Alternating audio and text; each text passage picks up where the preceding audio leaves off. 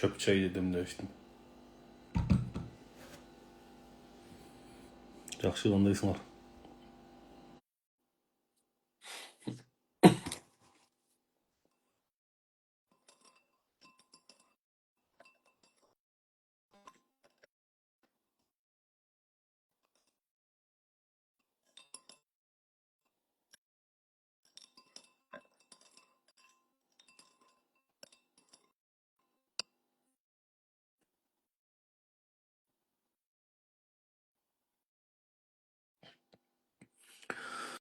Oyma olғаннан баштап ештеңе ала албай қалдым дейді. Енді бойыңыз болсаңыз, врачқа барыңыз бірінші очередь. Жаңғы ойыңыз болса, ес алыңыз кішкене. Өзіңізді қараңыз бір 2-3 ай. Бірақ мен бұл бойынша специалист емеспін, немеге врачқа қайырылып қойғылы.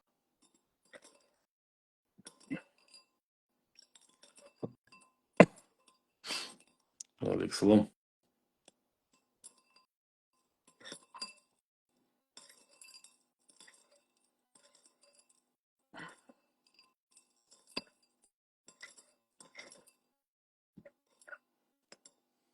Алейкум. Қандайсыңар? Қандай салтанат?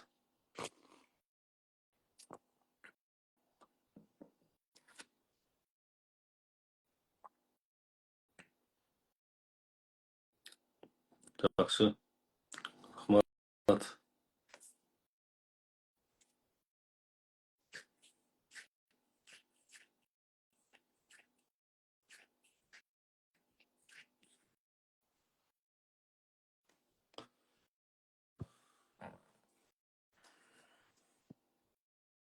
Эфирге чыккычылар жоқ па, эфирге?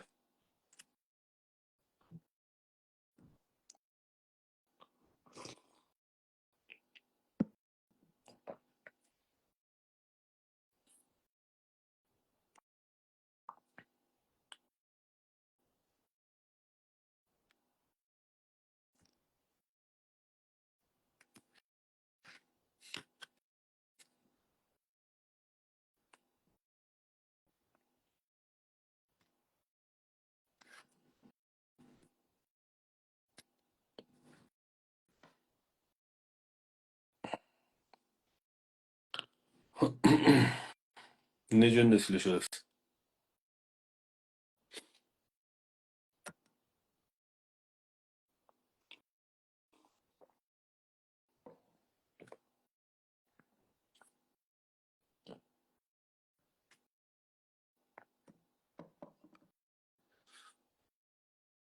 Жеке болады, бірақ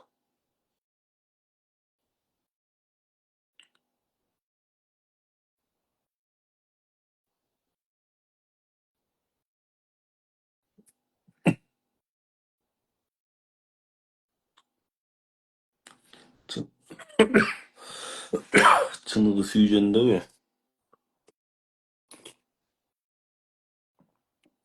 Сүйүү барбы жокпу? Ошону жазгыла. Бардыгына барды эле, чыныгы сүйүү жок дегендер жок дегиле.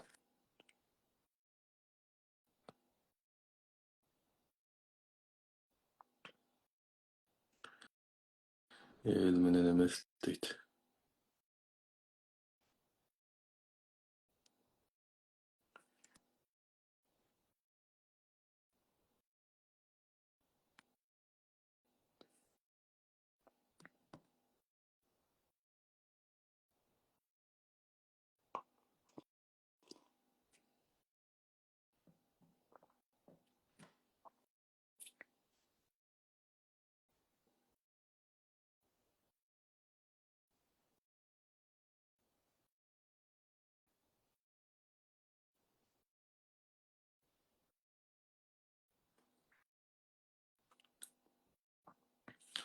Медитация боюнча только онлайн.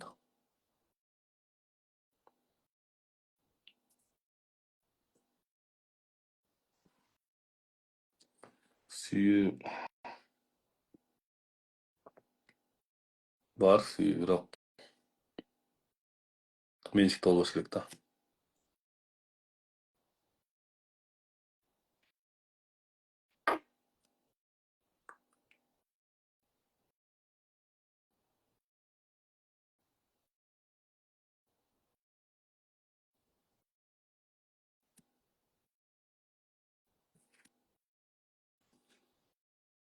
Dünyага болгон көз карашым жоголгон дейт.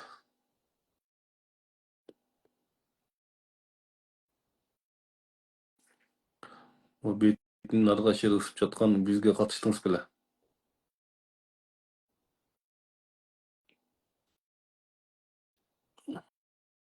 Кекиребеден кетет, токтоп калат.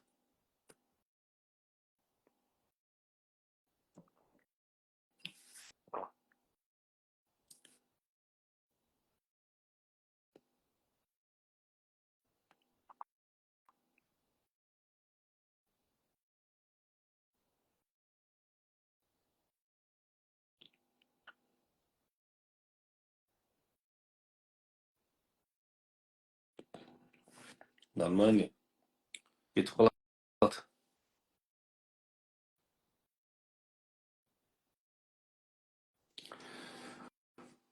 Могу башы айланып кеткен. Канча жыл жасагансызга медитация?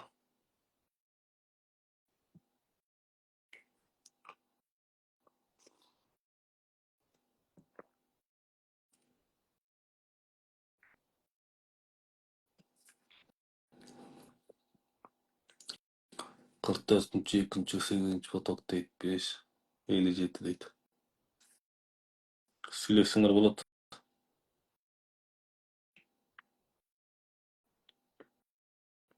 Даяр болсоңуз сүйлөшүңүз.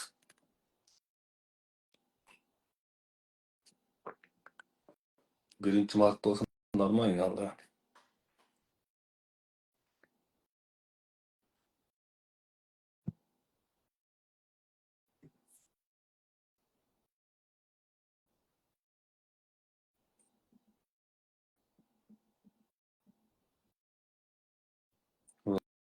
Алейкум. Рахмат. Сиздердин да.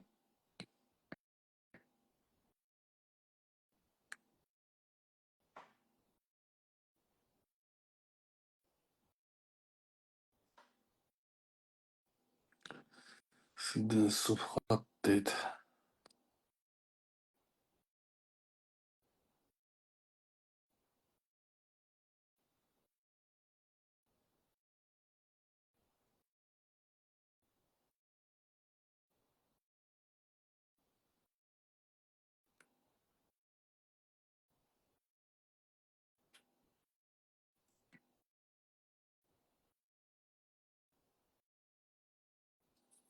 Азыр чыксам болобу дейт. Түз эфирге кошуп койдум. Эгер түз эфирге чыгам десеңиз.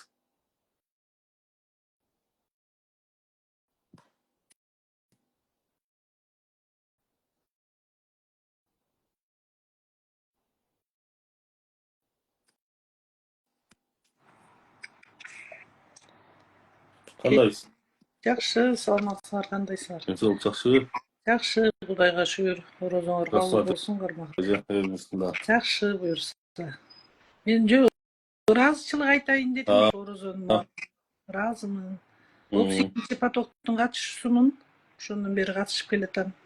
Аябай ушундай жашоомдо өзгөрүүлөр болду. Терең ыраазычылык. Ушу чын жүрөгүмөн айтып атам. Азыр алыскы эми Америкадан. Ошо азыр бизде 3,5 болуп калды анан. Чыгып калдык, анчадан бери кармай албай аткам. Ушу ыраазычылык аябай жакшы. Жараткан берсин. Неңиз өзгөрдү муну айтпайсызчы? Ушу сага катышкан убакта аябай өзүмөн эле нерв болуп, ушунчалык өзүмдү таппай жүргөм да. Азыр эми Кудайга шүгүр, жолум ачылды. Ушу Америкага келдим, биякта 6 ай келип 6 ай кетип турам, жакшы. Жеке эле өзүмдө эмес, үй бүлөмдө да өзгөрүүлөр болду. Бала бакырамда бүт өзгөрүүлөр болду да. Анан медитация жасайм, бирок бир акыркы 2 айдан бери жасай эле келем, кайра баштап жасай баштадым. Жакшы, ден соолугум да жакшы. Жакшы басып, мурда 125 килограмм болчумун, арыктадым, азыр 90 килограмм. 80ге чейин түшкөм да, анан кайра ошо өткөндө барганда айылда тияк бияк болуп атып жаза албай калды, анан ошо өзүм дагы эметпей койдум, ошо жакшы, аябай жакшы. 125'ten 90'ga түштүңүз, 90. 80'ge buyaktan 82 menen ketkem da, mu akırka barganda ошо. Ошондо мейли 90 деп кое берелик. Канча айда түштүңүз 90га 125'тен? 6 ay, 6 ayda. 6 айда 35 кило, Şu içinden Нормально. bari men emetip kaldım canım, sen eja dep koysma napsi. Adam balası neyse napsingdi tıyışın gerek eкен да ошо. Ol böyle biz men ошондой түшүнүк алдым да. Ol неме Жакшы, жа. Канча жаштасыз? 56'damın. Көп издендиңиз буга чейин, бизге чейин? Üstlendim. Kvantoy psixologiya buyak dep. Анан ошо Кудайга миң мертебе шүгүр, жакшы. Таппадыңызбы? Башка жакта. Таппадым. Таппадым ошо.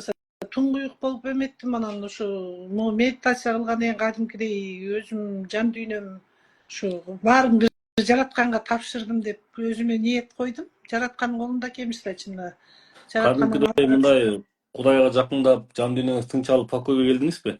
Ооба, жан дүйнөм тынчтанып, мурда болбогон эмеге эле балдарыма деле ой мындай көрсө ошо болгонуна шүгүр кылышыбыз керек экен да. Алты санама. Ага ыраазы болбой эле менин балам мындай болсо экен, менин кызым көрсө жараткандын колунда экенбиз да. Ошого мен Элде жок. Элде жок система экен. элде жок. Сага аябай чын жүрөгүмөн чын. Ушуну аябай көптөн бери күткөм. Чыгайын деп эле такыр мындай эмем кетпей атты да, бирок такай эле көрөм сени. Кудай таалам өмүрүңдү берсин. Жараткандан суранамыш биздин кыргыз элине. Аябай болгон элдин баарын эле айта алмай, Өмүрбек докторду таанысыңарбы? Даже билесиң, мен ошо мындан 3 жыл мурун эмеден ошо Америкадан бир байбичени эле карачу элем, ошого мен медитация жасатып, сенин медитацияңды коюп берип, ошо кадимкидей оорулуу адам ушундай бир эрги ушундай эме менен өзүнө келген эметкен да. Кайсы улутта? Албы Оруста. Орус. Еврей. Мен орусча каналды уктубу? Ой, уктум, мен угузуп сага да видеосун жөнөтсөм керек, жөнөткөм, эметип атам деп. Кадимки жакшы, Кудайыма шүгүр, жакшы, жан дүйнөм тынч. Ден соолуктан нелер оңолду? Ден соолуктан арыктасаң эле эметет окшойт, баса албайм. Мен авариядан кийин ошо бир жак жан башым сынып, темир бар да, бир жагымда аксап басышымын. Жеңилдегенден кийин кадимкидей бутум шыпылдап, азыр Кудайга шүгүр күнүнө 10 километрден эметем. 14.000, 15.000 шакка чейин ошондо 10 километрге чыгат. Жанагы медитация кылып атканда, жана темир коюлган жер оорубадыбы? Жок, ооруган жок. Ооруган жок, Ооруган жок. Темирди Ооруган жок. алдырган жоксузбу? Алдырып ошо өмүр бою эле калат деген да. Анан жакшы. Бүт эле байкалды кадимкидей жеңилдеп. Бутумда варикоз бар, тумтак кеткен жок, бирок бутум жеңил, өзүмдү жеңил сезип, жашоого деген көз карашым такыр өзгөрүлдү да. Өзгөрөт. Өзгөрдү, жакшы. Ошо Кудайга шүгүр, жакшы, дагы деле жасай берем. Дагы өткөндө да орозо маалында жазылган, катталып. Ошо анда да бар. 3-чү курста окудуңузбу? Экинчини окугам, бүткөм. Анан кайра тиги орозо маалында жана арзандатуу дегенден катталып койгом. Ошо жакшы буюрса. Балдардын да жашоосу эне өзгөрсө, эненин эмеси өзгөрсө, балдар өзгөрөт деген чын экен. Балдардын дагы жайын акырындан келип атат. Кудайга миң мертебе шүгүрлөр. Мен айтам да, сен оңоло бер десем эле чыша ала берет. Анан ушул сөздү уже мына 2-3 жылдан бери уже доказать еттик мына. Канчалаган апалар оңолуп атат, балдары автоматтык түрдө оңолуп кетет. Күйөөчү, мен сенден тил уккам. Сен урушкансың, мен эже өзүңүздү оңдоңузчу, күйөөңүздү койуп. Мен тим эле аябай өзүмдү өтө эле акылдуу сезип алыптырмын да. Күйөөм, ой, анан минтет. Анан күйөөмдү минттим десем, ошондо аябай урушкансың да сен. Эми биринчи өзүңүздү телефон менен эле болгондо разбор. Анан Кудайга шүгүр. Кызымды да жибергем, кызым да барып, кызымда да жакшы болуп көрбөгөндө ушуга да ыраазымын. Ошо кызымдын да жашоосунда болуп көрбөгөндө өзгөрүү болду. Ал да жакшы. Кызы тиги рак крайы болуп ооруп калды. Ошонун эмесин ушу сага тим эле миң мертебе кызым бүт эле монтип башына ката бериптир, эчтекесин айтпай. Анан сага разборго баргандан кийин кызың да аябай жакшы, азыр жакшы, аябай миң мерте ыраазымын. Ошо сен себепкер болдуң да баягы жараткандын Кызыңыз кылганы бирок оорусун кандай анан эмне болду? кызымдын ошо небереси ооруп келатат, бирок кызым өзү жакшы. Ошондой көтөргөн эненин жүрөгү ачык болуш керек да. Ошо кызым ошону кабыл алып, ушундай оор экен, бу да сыноо экен деп ушу жанталашып күрөшүп ушу эме кылып атат. Мен ошого ыраазымын. Кызыңыз Кызым мага деле мындай живой жолукканбы? живой жолуккан. Эсимде жок. Аты ким? Бегимай. Эсимде жок. Бизге көп Бегимай. киши келет да, аябай көп киши Ооба, келет. аябай көп келет, түшүнөм анан. Бирок ошо аябай жакшы эмелерди ышысы ыраазыбыз, үй бүлөбүз менен мен ыраазымын. Сенин сөзүңө толук 99% ишендим.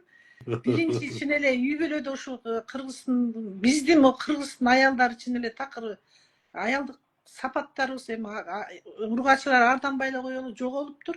Биз жөн эле адыраңдап эркектин алдына түшүп алып, Кудайдын алдына түшүп алып ушундук болуп. Мен өзүмдөн кийин дедим.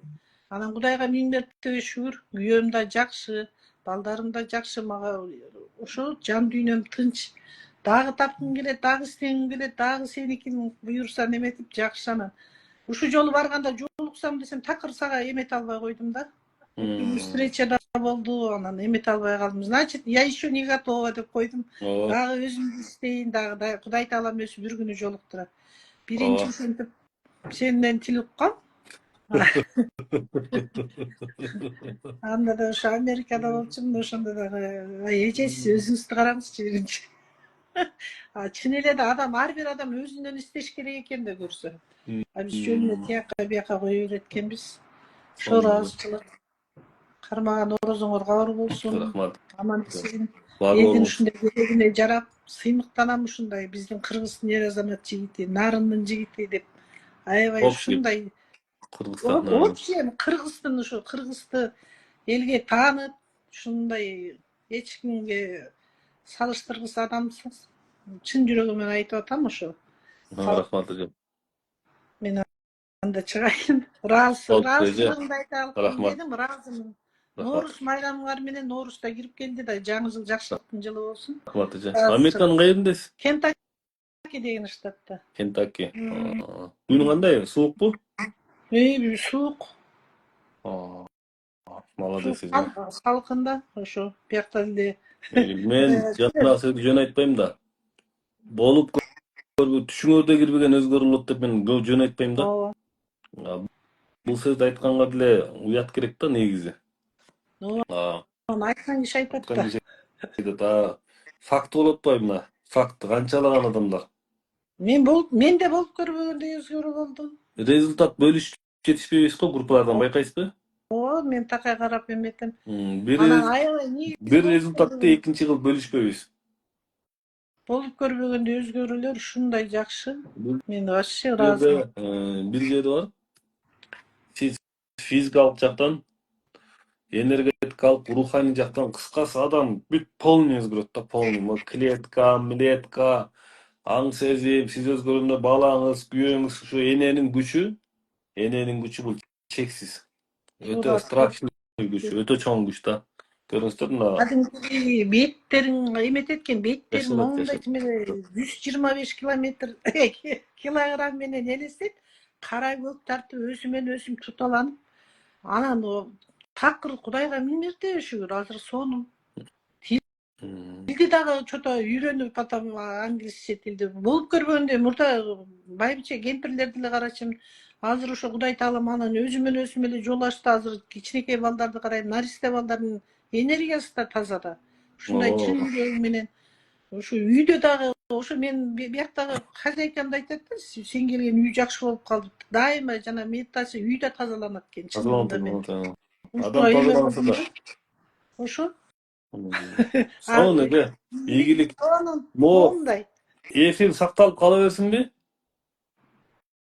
Кала берсин эми. Кудайдан жашырбаган элден жашырмак менен. Чындык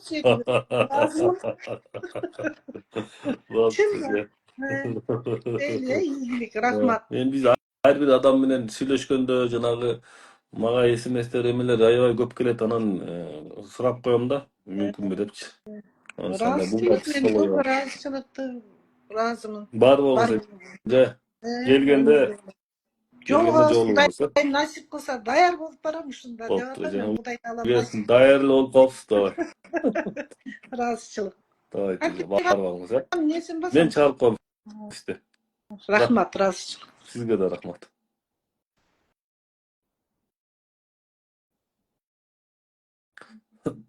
Мына өзүңүздөр күбө болуп атасыздар,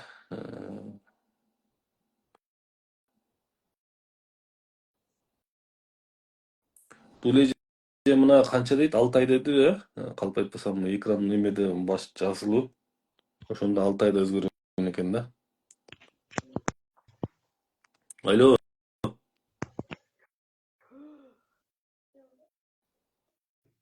Алло.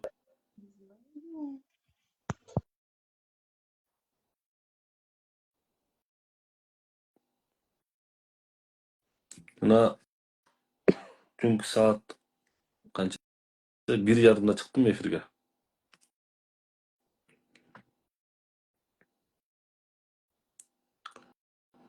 Түнкү саат 1:30 чыктык. Сон мына 90 кило, 90, 100, 120, 125 ушундай. Канча? Кыскасы бир 30 кило артаптыр да. 30 бу, 25 бул 25 кило жана жүктү көтөрүп жүргөндө эжечи.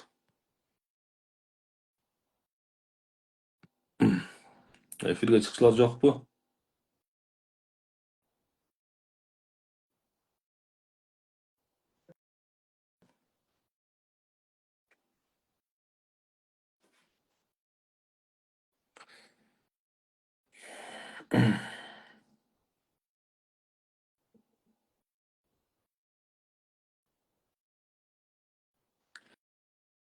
Могу менеджерлердин телефондо бар. Ошолорго жалсаңыздар. Бүтүндүүлүк жөнүндө дейт. Ушу именно медитациядан келет да бүтүндүүлүкчү.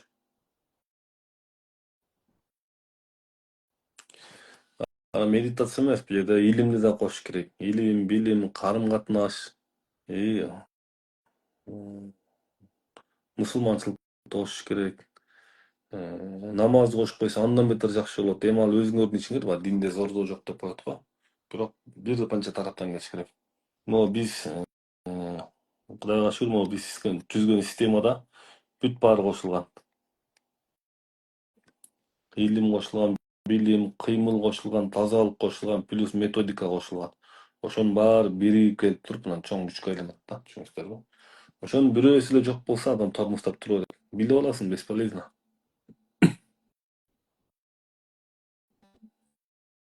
25 жыл психологияда жүргөн бир эже келди. Өтө билимдүү. Мен бир канча жыл айтып бергем. Ошол менен сүйлөшүп калдык. Ушундай билимдүү, илимдүү болуп, укмуш болгон экен, бирок эме жок экен да. Устаттын колунан өтпөптүр да. Китептен окулган, тиякта окуган, биякта окуган. А бул живой адамдан бата алуу, бата менен элге көрөт деп коет кыргызча. Түшүндү? Ушундай жактар бар да. Тияктан урдуп алып, бияктан урдуп алып, тигини окуп алып, муну окуп алып, анан айткан бесполезно. Улкан дейт, ыраазымын дейт. Ыраазымын, Аллага шүгүр, ден соолугум жакшы дейт. Абай чын жүрөгүмөн сизге ыраазымын. Ден соолугуңуз чың болсун, өмүрүңүз болсун. Менин жашоомдогу сонун жака өзгөрдү. Ойлобогон жерден сиз менен сүйлөшкөндөн кийин Аллахым ыраазы болсун сизден дейт.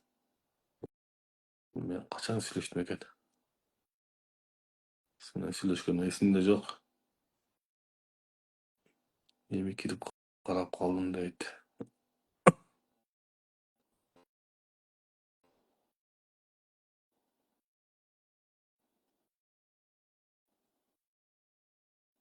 Ошол менин апам болсо керек дейт. Кайсыл сиздин апаңыз?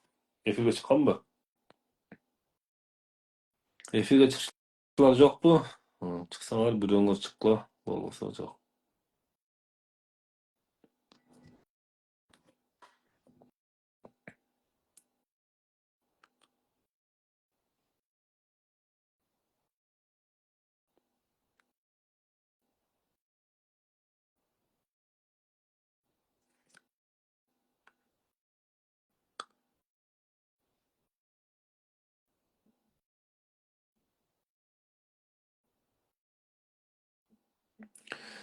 Сабак боюнча менеджерлерден сурасаңыз болот. Биздики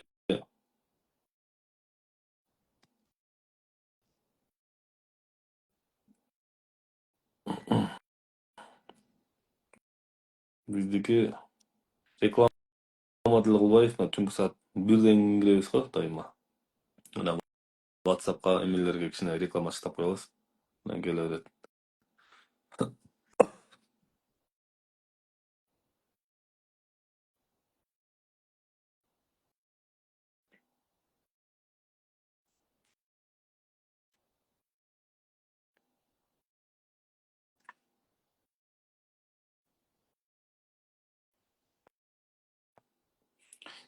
Тарамыштарды эле чоюп бериш керек да, могу дененин баарын кыймылдатып бериш керек. Анткени могу биздин тарамыш деген сабак бар. Өтө керемет сабак.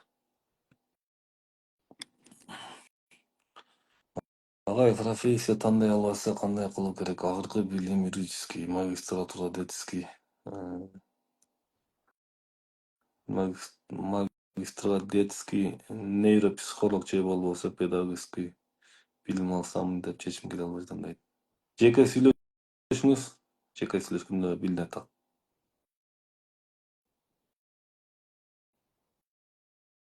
Шаарга буюрса чакыртканды барабыз.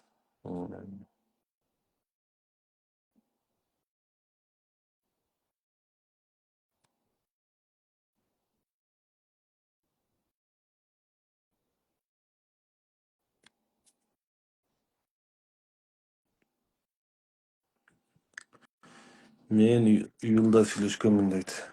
Саламатсызбы? Саламатсызбы Мирбек ай? Жакшы, кандайсыз? Жакшы. Жүзүн көргөзбөй эле койсом болобу? Көрсөтсөңүз болобу, болбойбу? Өзүңүз билиңиз, бирок эфир сакталат, айтып коеюн. Көрсөтө берсеңиз боло берет. Айта бериңиз, эмне болду? Мен алгач өзүмдөгү результаттар жөнүндө айтайын дедим эле. Мен сизди таанып, сабагыңызга катышканыма 1 жыл болду. 51 потокто окугам. 51. Экөөбүз чогуу окуганбыз. Анан мен негизи 60 килограмм болчумун. 53 килограммга чейин арыктагам, 7 килограмм. Медитация аркылуу.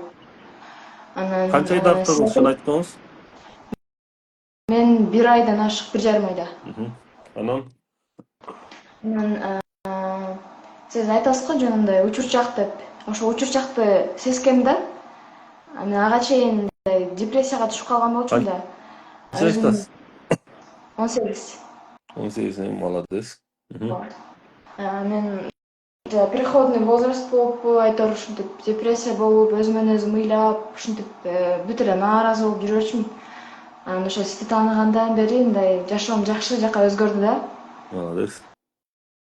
Адамдар менен да мамилем жакшы болуп калды. Мен мурда мындай баарына эле жагынсам, баары жакшы көрсө деген ушундай ойлор бар болчу да.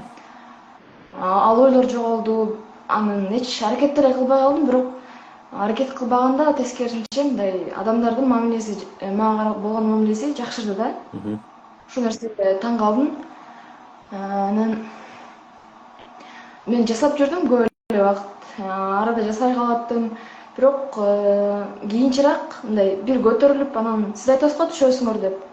Ошол нерсе менде болду да. Түшүп анан кайра көтөрө албай калдымбы, айтор мурдагыдай медитациянын мындай эмесин сезбей калдым да. Учурчактын дагы сезбей калдым.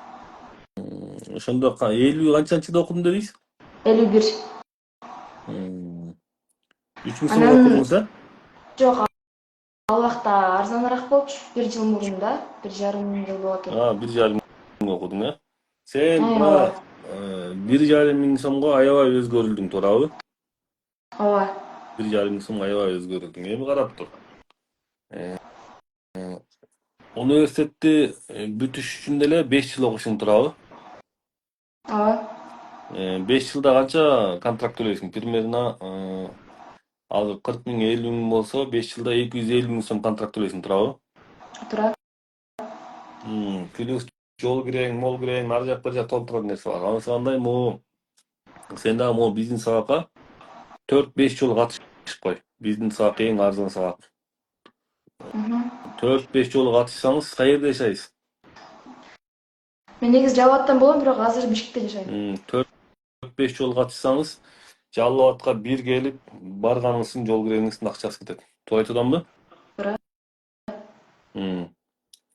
Ошентип сиз 4-5 жол катышып койсоңуз, бул нерсени акыры денеге отургузасыз. Мындай эменичи. Түшүнүктүү. 4-5 жол катышкандан кийин түшүнүктүү денеге отургузгандан кийин анан сиз өз алдынча кете бересиз. Сиздей болуп көпчүлүгү бир катышып туруп укмуш өзгөрүп кеткендер толтура. Бирок деген жери бар. Бирок баягы илимди, билимдүү кишине улаш керек да. Улап, аракет кылып, анан өзгөрүп алгандан кийин анан сиз өзүңүздүн жолуңузга түшүп каласыз. Түшүндүңүзбү? Өзүңүздүн жолуңузга түшүп калгандан кийин анан акырын кыбырап кете бересиз. Түшүнө алдыңызбы? Ооба. Дагы бир суроом бар эле да. Мен азыр 1-курста окуйм. Мамлекеттик башкарууда академияда. Бирок тандаган кесибим мындай өзүмө такыр жакпай атат да, эч кызыга албай атам. Баргым келбейт, ушундай. Окуган сабагыма деле мындай эч кирбей атат да магачы. Анан ойлоп атам да, ушу кесибиме туура эмес тандап алганбы депчи. Мен негизи мурда 8-класстан бери эле апам да ушу психологияга кызыгат. Мен апам менен чогулуп окуп көп эмелерди окуганбыз да, психологдорду, коучтарды, Самара Кеңешова, Асель Сыдыковалардын эфирлерин аябай көп көрчүмүн. Анан сиз айтасыз го көбүрөөп жантип мусор болуп калат деп. Мен да ушундай болуп калганда точно элечи. Эч бир тоготпой калганда анан сизге жолугуп жашоомдо ушунчалык жакшы жагын өзгөргөн да. Анан мен 8-классымдан бери ушу психологдорду угуп жүрүп, психолог болом дечүмүн да. Кийин кесип тандаганда да сураганда мындай баарына психолог болом деп айта берчүмүн. Бирок мен бир жолу бир эжеме айткам.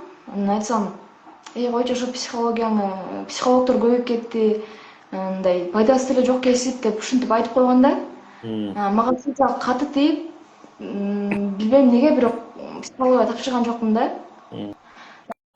Тапшырбай мен мынтип ар кимди угуп отуруп эле, мындай жаман ниет менен аз ойлоп көрсөм, мындай авторитет болом, акчаны көп табам, ак үйдө иштейм деген мындай ушундай ниет менен туура эмес жакка тапшырып алганымды түшүндүм да. Мен психологияга келгенден кийин, карындаш. Мен психологияга келгенден кийин 15 жылдан кийин акча таап баштадым.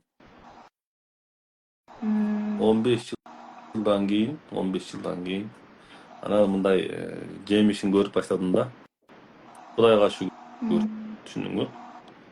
Бул жерде 1-2 жыл окуй калып, 3 жыл окуй калып, 1-2 ай окуй калып, бияктан уурдай калып, бияктан уурдай калып, анан бир китепти окуй калып, тиги жанагы мировой эмедеги китептерди окуй калып, анан издейсиз сейчас анан учур чакта болуш керек деген бул туфта эле да, түшүндүң? Сен эми андайлардын көбүн көргөнсүң да, туурабы? Ооба. Бул жерден адам өзү жетилиш керек. Адамдын генетикасы бар да. Ген жетилгенден кийин анан адам только иш алып барып калат да. Мисалы мына меники эң арзан психолог менмин, туура эмеспи? Туура. Бирок эң кымбат психолог менмин да, мындай карай бергенде. Туура. Туура айтасыз. Сизден результаттар да алып чыгымда. Ооба. Мисалы менден башка окуйсуң эми барып? Жок. Мен азыр аларды такыр көрбөй да калгам да. Эми аларга деле рахмат, башкаларга деле рахмат. Анткени алардын деле жол болуп берди. жолдогу мугалимдер болуп берди. Анан сен менден кийин башкалардын сабагын окуй аласыңбы, мисалы? Жок, сизди көргөндө эч кимди уга албасам керек. Биздин сабакка бир катышып алгандан кийин болду адам. Анткени сен айткандай жанагы учурчакты сезип калдым да. Ооба. Учурчакты сезип калдың, мындай жүрөгүңө тынчтык келди, адам бузукулуктан чыгат. Канчалаган балдар, кыздар тамекисин тыштап, канчалаган кыздар кальяндарды тыштап, канчалаган кыз келиндер аябай туура жолго түшүп кетти. Биздин сабактан өздөрү эми мага тынымсыз келет андай эмелерчи. Сен деле мына группаларда барсыңбы? Ооба, бармын. Тынымсыз келет, туура эмеспи? Элдин көзүнчө айтып койчу. Туура, агай, эң көп сообщение ошо сиздин группаңыздан келет, тынымсыз келет. группалардын баары жабык, биз мындай группаларды мындай ачып эле коебуз да. Мисалы азыр 73 болуп атат. Азыр 72, 73 ушинтип келе берет ошол нерселер. А берки группалар азыр тоңгонмой жатат. Аларды ачсак вообще эмете. Ошол группалардан келген смстерди бөлүшүп жетишпейбиз бизчи. А мага келген канча мисалы үчүн мына жакшы болуп кеттим депчи. Ошон үчүн сен могу эгер психологияга мете турган болсоң, сен үйдөгүлөр менен кеңешип, ниет бейлиңди жакшылап түзөп, анан өзүң байкап көр. Бул жерден ар бир адам индивид. Мен мисалы эмне окууну окусам дагы мен бирөөдөн кеңеш сураган эмесмин. Мен өзүмдүн эмем менен гана, мына жүрөгүм менен гана акырын эле мындай байкап эметем. Мен мисалы психологияны 2015 бүттүм, 16. Ага чейин мен бышып келдим, түшүнүңүзбү? Мен ага чейин эле илгери эле окусам болмок эле, бирок мен быш элек болчумун да. Быш элек болчумун. Анан шашпай бышып келип туруп, анан мен уже психология факультетине тапшырышым керек экен деп туруп, тапшырып туруп, анан 15 16 азыр дипломду алдым. Анан өзүмдү ошондон кийин официалдуу түрдө психолог дедим менчи. Азыр мына бир жума окуп алып туруп эле психолог деп жүрүшпөй. Бир жума окуп алып туруп эле бир сертификат деген бакка жарабайт да, мындайча айткандачы. Ооба. Туурабы? Ошон үчүн сеники мисалы университет бул мамлекеттик деңгээлдеги документ. Ошон үчүн сен кичине ойлонуп көр. Анан эгер кааласаң эртең мага бир байланышып кой, эми өзүң бил. Байланыштып кичине совет алып кой, бир 2-3 мүнөт эле. Данныйларын бизде текшерип, анан эме кылалык. Анан өзүң байкап көр. Анан эң негизгиси аял кишиники психологияны окуп кое бер. Бирок аял кишинин бакыты эрге тийип, эми бул менин жеке оюм. Аны сен өзүң билесиң. Эрге тийип, жакшылап балдарды тарбиялап, бир жакшы бочор болуп кетишиң керек да. Бул менин жеке оюм, анан калганын өзүң билесиң. Мен билесиң го, мен силерге мондай кылгыла, тигиндей кылгыла деп таңгылабайм да, туурабы? Туура. Бирок оюмду айтып коем да, оюмду айтып коем мен. Ошо азыр окуп аткан кесибиме эч кызыкпай атам да, мындай. Ага караганда ошо сиздин сабактарыңызды көрүп, мен бирок 8 классынан бери психолог болом деп айтчумун да. Бирок азыр деле мындай кызыгуум мындай күч да. Мындай туугандарга жардам бергим келип, элдерге жардам берип мындай. Сиз деле Азыр мен зарядканы алып келип алайынчы, зарядканы.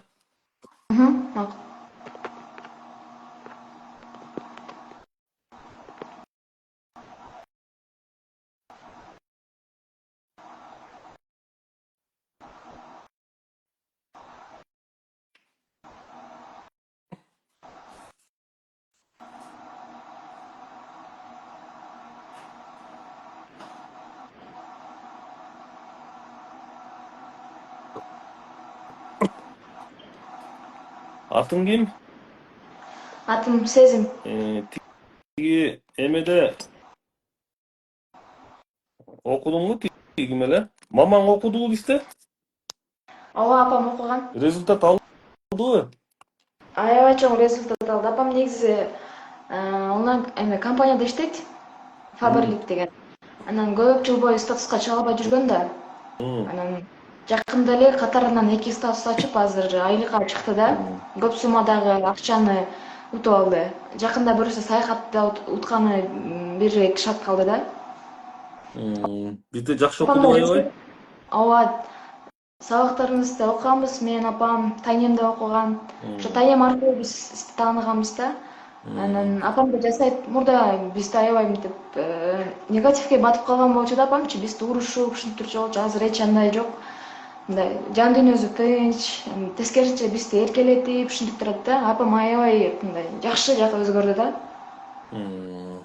Молодец. Тайнең да жакшыбы? Ооба, тайнем да жакшы көрүсө. Сизди да бат-бат угат. Жакында эле айылга барып келгем, барганда да кечке сизди угаттык. Мен мактап атышабы? Ооба. Эркек киши мактанып жүргөн жакшы да, анча-мынча мактанып кош. Иш кылып мактаныш керек. Ооба. Анча-мынча эметип койгондо бул жакшы нерсе. Анан жана курулай мактангандан Кудай сактасын. Жакшы, ошол аракет кыла бер. Убактың болсо, биз менен бир байланышып кой. Эми аны өзүң билесиң. Ооба, буюрса байланышам, эртең болсо эртең. Байланышып койсоң анан кичине сүйлөшөбүз. Анан ал өзү көрүнөт алчы. Ал иш өзү көрүнөт. Өткөндө WhatsApp'tan байланышса болот да. болот. Мурда мен бир жолу сизге ошо видео звонок менен чалып байланышкамда анан аябай урушуп бергенсиз да. Мен анда промес кылган экенмин негизи. Результат кетпей калганда, менде результат кетпей атат деп ток кылгансыз. Ушундай кылгамда анан аябай урушуп бергенсиз. Анан ыйлап кийин кайра түшүндүм ошол мындай өзүм эч шүгүр кылбай калганымы, анча жасабай калганым эле мындай ошонун эле результаты болгонучу. Баягы кыргызда бир жакшы сөз бар да. Кыз болсо энесин коркутат дегенчи. Анан урушкандан кийин кичине результат кеттиби? Ооба, башында жаман көрүп жүрдүм мындай. Билбейм, аябай катты ийген да магачы. Ыйлап эле өзүм кармай албай бир 2 саат ыйлагам. Эстеген сайын ыйлап анан кийин кайра түшүндүм да күнөөнүн баары өзүмдө экенинчи. Жана Назира Айтбекова менен болгон бир эфирим бар. Ооба, көргөм. Назираны да урушкам да, менчи айда урушкам. Ошо Назиранын кыйындыгы ушул жерде да. Анан баары эле жатып калдым дейт, үйдөн баш көтөрбөй жатып калдым дейт. Апам бер жактан бир сүйүнөт дейт, Өмүрбек сени рас кылды деп. Анан жаттым дейт. Анан экөөбүздүн эме сүйлөшкөндөрүбүздү запись кылып мындай пластинка кылып баштадым дейт. Анан айландырып отуруп турган сиздики туура чыгып баштады дейт. Анан мен өзүмдүн кемчиликтеримди көрүп баштадым дейт. Бул Назиранын өзү мен менен болгон эфири сакталып турат, ошону көрдүң беле? Ооба, 2 жолу көргөм. Эгер Назира элдин көзүнчө могул сөздү айтпаса, мен айтпашым керек. А бул Назира бул эме да, айткан, өзү айткан. Ошон үчүн айтып атам да. Анан кийин анан кайра сизди мындай аябай мындай сыйлап урматтап калдым деген да. Анысы кандай адам эмне жаман көрөт? Адам ичиндеги эго арамдык деп коебузбу, ошол адамды жаман көрөт да. Эгер сенин ичиңде эго болбосо, мен сени урушмак эмесмин биринчиден. Экинчиден, сени мен урушпасам, мисалы урушкан күндө деле сен ичиң таза болсо, сен жөн эле күлүп коймоксуң магачы. Анткени адамдын ичинде эго, напси аябай чоң болсо, урушканда ошого тиет. Түшүндүңбү? Ошого тиет. Анан ошол эго аябай кыйналат анан.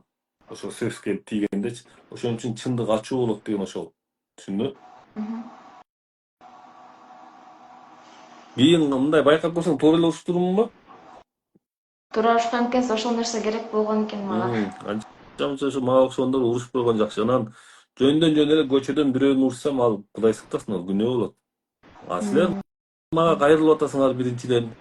Экинчиден, мен айтам, мен былжырап силерди алдабайм калп эле. Мен сени кулакка илип, лапшаны илип, карындашым мындай тигиндей деп деле койсом болот, колдон келет ал делечи. Бирок жалгандын өмүрү кыска да, мону актап коесуң, мисалы. Актап койгондон кийин могу өчүп кала берет. Мону краскалап коесуң, краскалап сонун кылып коесуң, бул өчүп кала берет. Могу кооз сөз, мотивация, эменин баары ушундай эле нерсе, түшүндүңбү?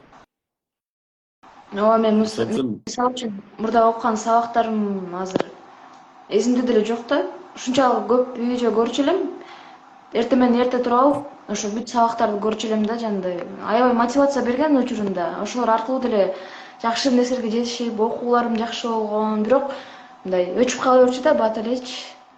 Ушундай мотивациянын күчү аз эле да. А биздики адам түпкүрүнөн өзгөрүп атпайбы, түпкүрүнөн. Түшүндүңбү? Нар жагынан өзгөрөсүң, тет жактан түшүнүк келет. Китеп окубай эле нар жак, бер жак болбой эле биздин практиканы жасап көп нерсени түшүнүп келип калдым, ошону айтчы мына элдин көзүнчө, точно айт, алдабат. Ооба, агай. Менин Жок, чын айтып атам. Сизде окуганда мен эч китеп окуган жокмун да. Мен китеп окубай эле көп мындай түшүнүктөр келип калды да. Адам кандай болсо, мисалы үчүн, кандай болсо адамдардан ошондой эле мамиле күтөт экенин. Мен мурда жакшы мамиле кыла албай, мындай күтө берген нерсе бар болчу да. Анан мисалы досторумга деле жакшы мамиле кылсам, алар мага кайра кылбай койсо, аябай таарынып, аларды жактырбай ушундай болуп калчу да. Кийин ушул нерселер жок болуп кетти такыр. Анан түшүндүм да мындай кайсыл нерсе мындай адамга чындап жардам берет экенин, мисалы адам ниети таза болсо, дайыма аны мындай жакшы нерселер, жакшы адамдар коштоп жүрөт экенин мындай түшүндүм да. Китеп окубай элечи. Мен мисалы китеп окуган эмесмин. Бирок да университеттин немесин программасын окугам, бирок мындай китеп окуган эмесмин. Мен карап тур. Эгер адам мен элге кызмат кылдым, ошол жактан бата алдым, устаздардын батасын алдым. Мен ошолорго тынымсыз кызмат кылдым. Анан ошол нерселер анан мен система курап чыктым. Түшүндүңбү? Система. Элде жок системаны мен ойлонуп отурдум. Көп ойлондум мен, көп жыл ойлондум. Могул ойду кантип эметиш керек. Ошентип ойлонуп келип турган система куралып чыкты. Анан мен могул жерде мына открыто ким чыгат эфирге деп атканбыз мисалы. WhatsApp группаларда мисалы миңдеген группалар бар, билесиң, WhatsApp группа. Ооба. Бир канча миңдеген группалар бар.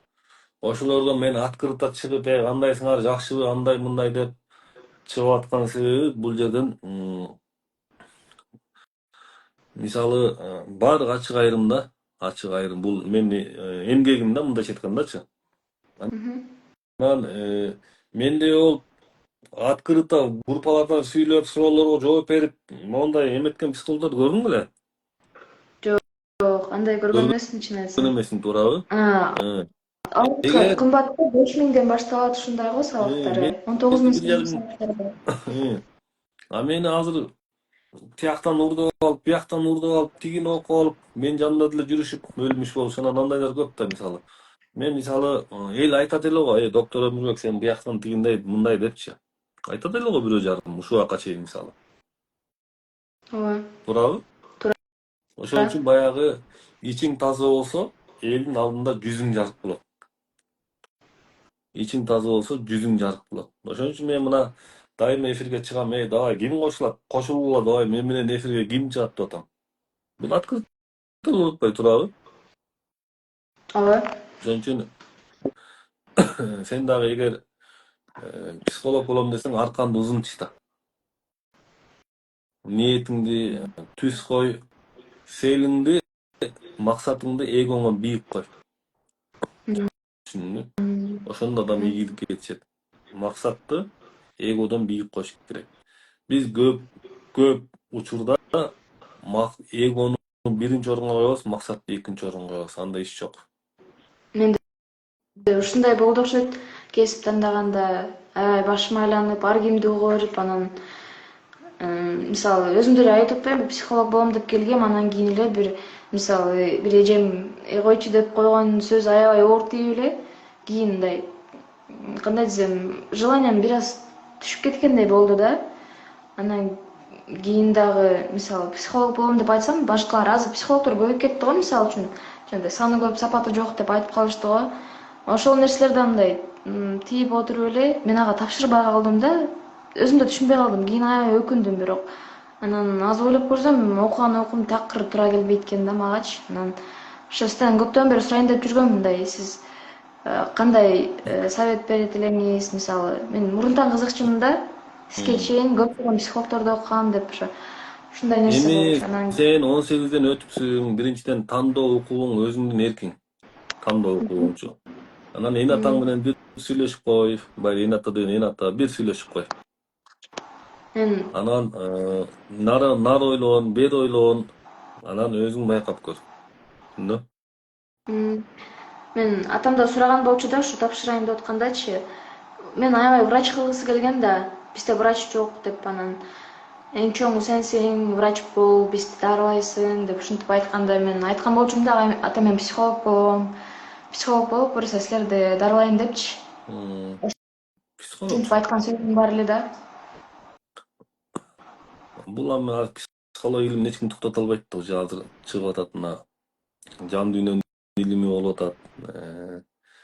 Бул жерден эми ар кандай 5 кол тең эмес. Нар жакты көргүлө бер. Мен мисалы, бул туура эмес, тигил туура эмес дебейм. Жоңгой ал өзүңөр мисалы, өзүңөр каалоочулар келгиле деп атам, туурабы? алуучулар Ооба. келип атам. Мондай реклама кылып, кээ элдин кечке мисалы бизде канча миңдеген оорулар айып кетти. Канча. Аларды реклама кылбай эле жүрөбүзбү? Туурабы? Реклама кылбай эле жүрөбүз. Ошон үчүн Ооба. аракет кылабыз керек карындашым. Аракет эле кыла бер. Кудайдай эле аракет кыла бер. Могу дүйнөдө Кудайдан илим, билим, өзүңдү Алла таалам ошо өзүмдөн таба турган деп илим сурат, түшүндү?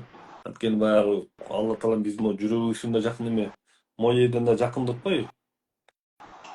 Алла таалам мени ошо өзүмдөн табайын, өзүңдү. Асмандап тияка кетип калбайбы? Өзүңдү ошол жерден таап, Кудайым жүрөгүмдөн таап өзүңдү. Адаштырба деп жакшылап сурасаң эле сенин тилегиңди берет Алла тааламчы. Ошентип Мен сурай бер. мурда дагы өзүмдү кандай десем, аябай жакшы адам ойлочу экенмин да. Анын баары эго болгонун эми түшүндүм да. Мен мисалы үчүн баарына жакшы мамиле күтүшүм деп айтам го. Ошон үчүн мындай өзүмү жакшы адам сезип, ушинтип жүрчү экен. Кийин сабаңызга келгенден кийин анын баары мындай бирөөдөн күткөн, бирөөгө жакшы мамиле кылып, мындай калп эле экенин эми мындай түшүндүм да. Азыр 18-ге эми чыктыңбы? Азыр 18-темин, ооба. Сен эртеле чоңоюп отурбойсуң. Ошо кичинекейимден бери окугангабы, ошондой окшойт. Анда үйдө эң чоң менмин да.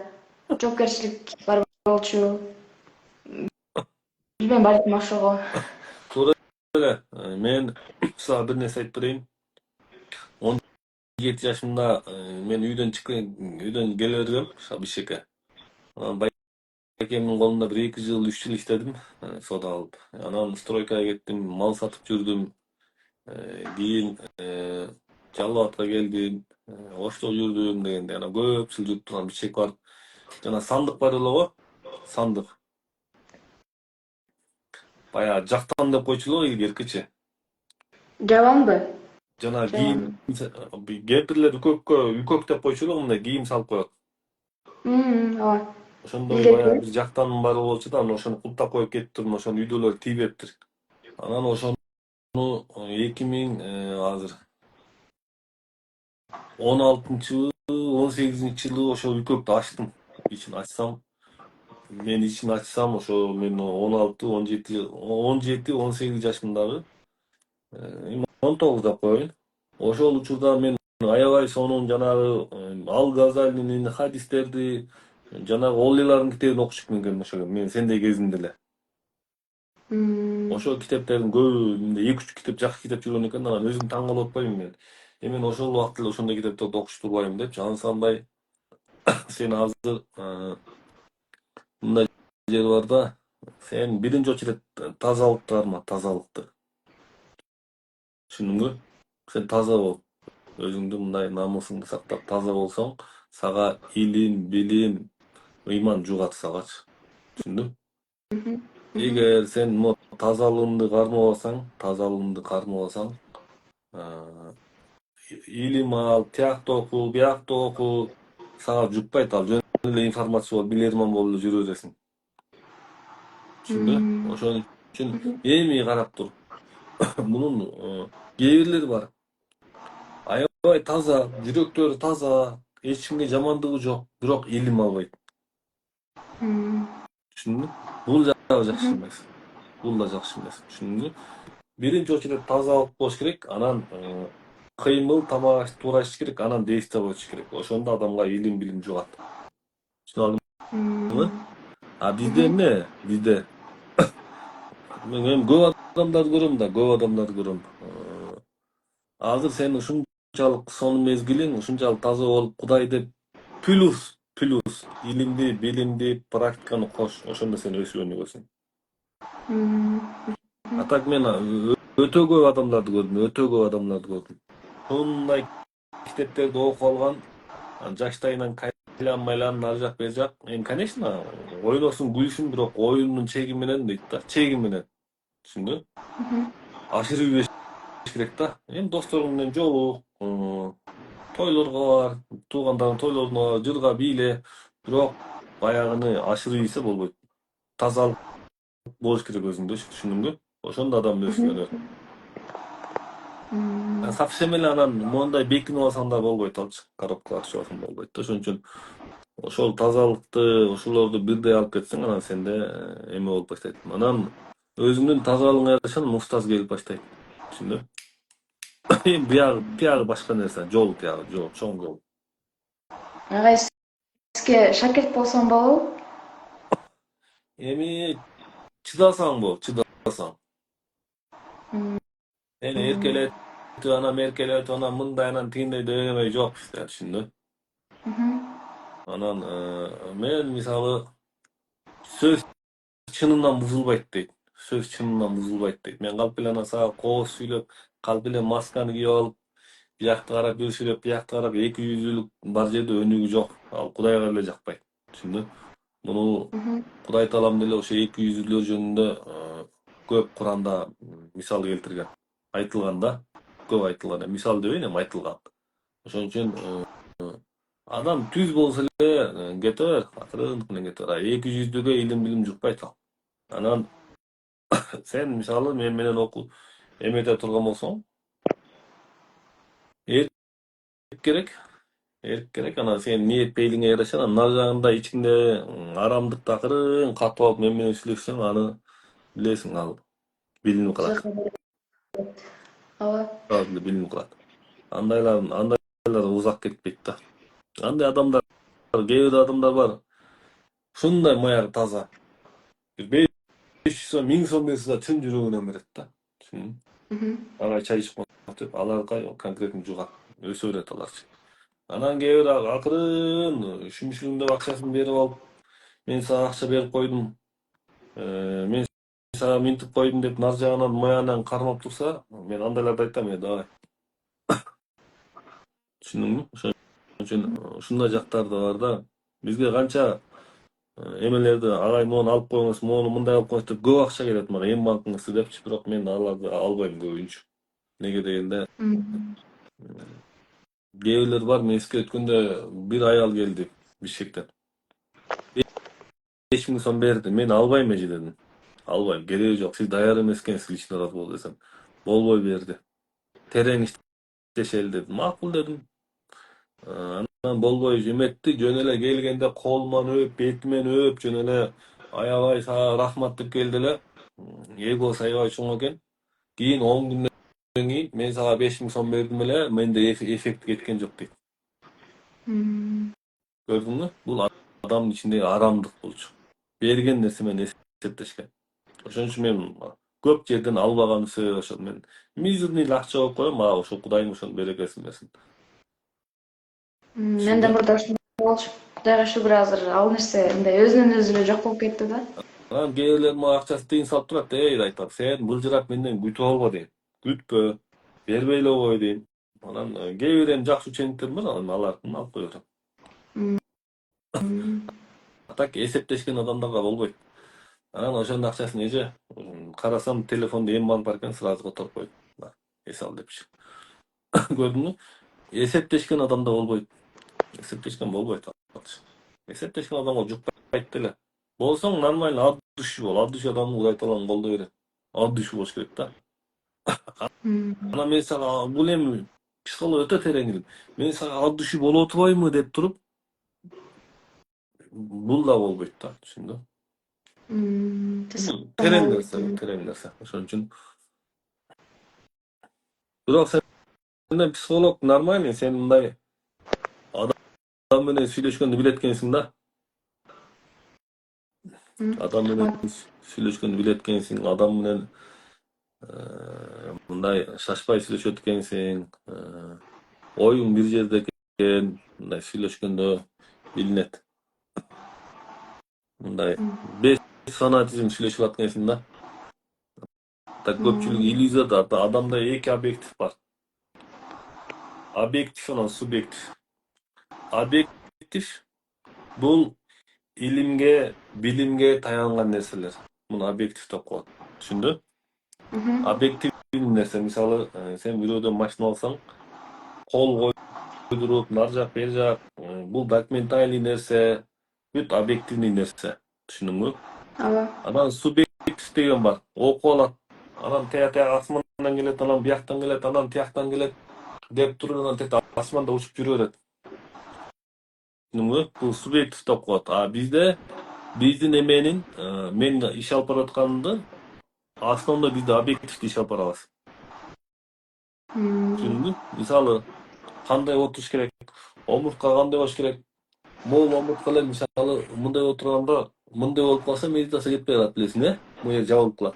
Ооба. Мунун баары, бут кандай болуш керек, бут жерге кандай тийиш керек. Мунун баары объектив болуп атабы? Ооба.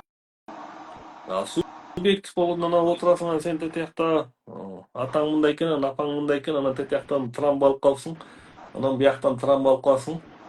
Анан сени бирөө каргап коюптур, анан сен бирөө көз тийиптур. Мунун баары субъективге кирет. Түшүндүңбү?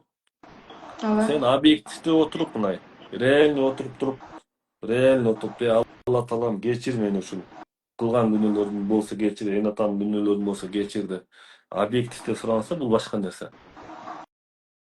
А биз основной эме психология иллюзия кырып атпайбы? Мисалы мына YouTube'да толтура медитациялар бар. Ошол бирөө да биздикиндей результат жок да аларда, барбы? Жок. Ага сиздин Толтурады. бесплатный медитацияңыздан өтө көп результаттар алгандарды эфирлериңизден көрөм да. Алардын Ошол да. катарында мен деле бармын да. Ошон үчүн адамдын көз карашы мына объективный болуш керек. Мына иллюзия кирип кетпеш керек да. Бир нерсе болсо биз Аллага шылтай беребиз. Кудайга шылтап тура беребиз да. Адам мээси жетпей калды, Кудайга шылтай беребиз. Мисалы. Алла Таалам баардык нерсени берген да, көрсөткөн да, мисалычы. Жаш кезинде жакшы тарбиялап атат. Балдарың жаныңда болсун деп атат. Мына бүгүн бир келин ыйлап келди. Россияда жүргөн экен, тиякта жүргөн экен, биякта жүргөн экен, анан балдар укпай калыптыр, келсе 4 жыл, 5 жыл. Колу башка бирөөнүн туугандарынын колуна чоңойгон экен, 2-3 баласычы. Анан чоңоюп кетиптир. Эми Кудайдан да атат, Кудайдан да атат да. Мага нар жак бер жакты сүйлөштүк, эми Кудайдан да атат. Конечно, Кудайдан. Бирок ошол учурда, ошол моментте өзү тарбия бербептир, жанында болуптур, акча салып коюптур, акча салбаптыр. Анан эме дептир. Анан мен силерге акча салып атпайм, андай мындай десем, салып атасың, рахматтап коюптур. Бирок мындай апа деп айта албайт экен да. Түшүндүңбү? Анткени бул нормально, бул реальный нерсе болуп атпайбы? Ошол убагында алыста жүргөн. Анан келип алыптыр, мага келип алыстан атат. Анан мондай тигиндей десе, эми Кудай билет да деп атат. Кайра биз баягы Кудайга шылтап калып көнүп калганбыз да көп нерсеничи. Кудай айтып атпайбы? Таза жүр деп атат, Кудай айтып атат. Кудай айтып атат, намаз оку деп атат. Орозо карма деп атат. Мына орозо кармаганда эле канча оорулар айып атат мына. Туурабы? Канча оорулар айып атат орозо кармаганда эле. Анан орозо кармабай ичип жеп жүрөбүз. Анан кан тамырларыбыз толот. Анан Кудайга шылтап коебуз бир нерселер болсочу. Көрдүңбү? Муну субъектив деп коет, жөн эле ойлор. Баягы эме жетпей калганда эмне кыларын билбей эле баягы Кудайга шылтай беребиз да. Бирок Кудай Таалам ушунчалык керемет зат экен, ошондо деле бизди жакшы көрө берет экен да. Адамда любой нерсени объективный менен көз карашта караганда, адам ошол жерде өсүп өнүгүү болот. Объективный көз караш деметкендечи. Ушундай жактар көп экен. Бул ошон үчүн мен сага эмнеге айтып атам? Сен объективге көбүрөөк көңүл бур. Түшүндүңбү? Ал сүйлөй бер.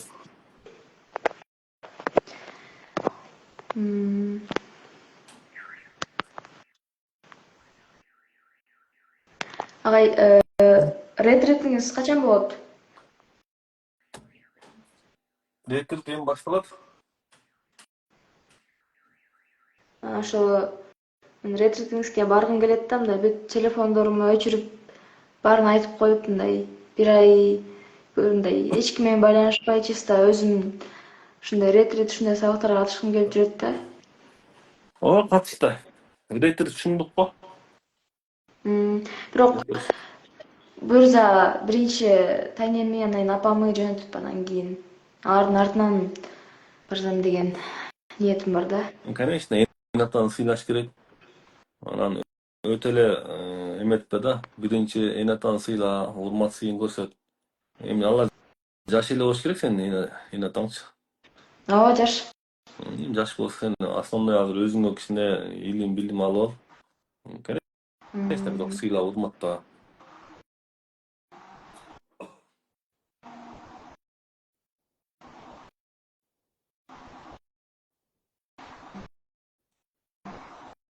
Ошол карындаш, ошон үчүн мына менин деле бир менеджерим жакында бир эфирлерде айттым, мурда диний жактан илим билим алып жүргөн. Эми азыр мына психология факультетине тапшырды. Анан азыр кичине көз ачылып келатат.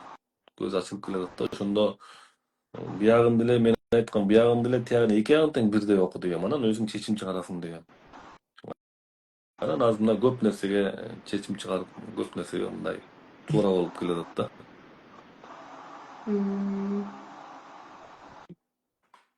Туура, сиз айтасыз го фанат болуп кетпегиле деп.